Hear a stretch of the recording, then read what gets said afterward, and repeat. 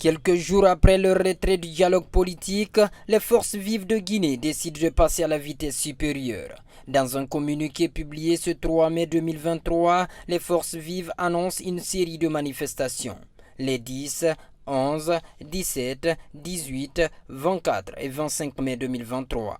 Des marches pacifiques et citoyennes dans le Grand Conakry et à l'intérieur du pays, dont les itinéraires seront communiqués en fonction des localités précises le dit communiqué.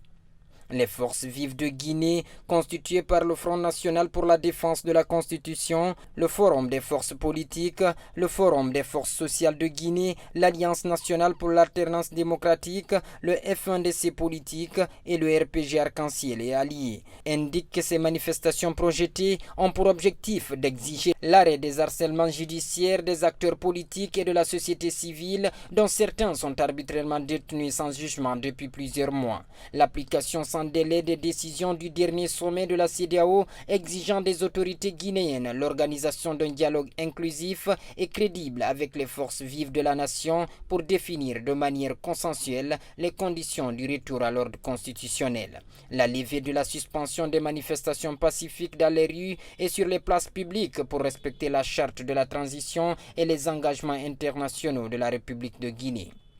L'arrêt des violations récurrentes du Code des marchés publics par l'octroi massif des marchés de gré à gré à des soutiens de la junte, favorisant ainsi la corruption et l'enrichissement illicite de la classe dirigeante alors que la majorité de la population végète dans la misère.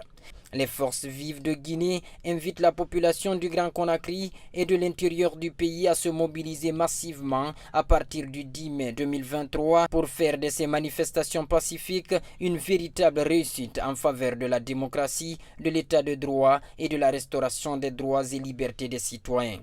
Les forces vives disent avoir répondu à toutes les demandes faites par les chefs religieux pour favoriser le dialogue. Des échanges qui n'ont pas abouti.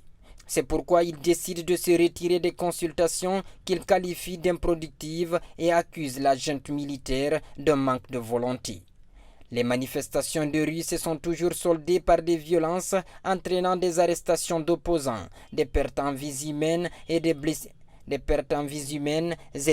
graves.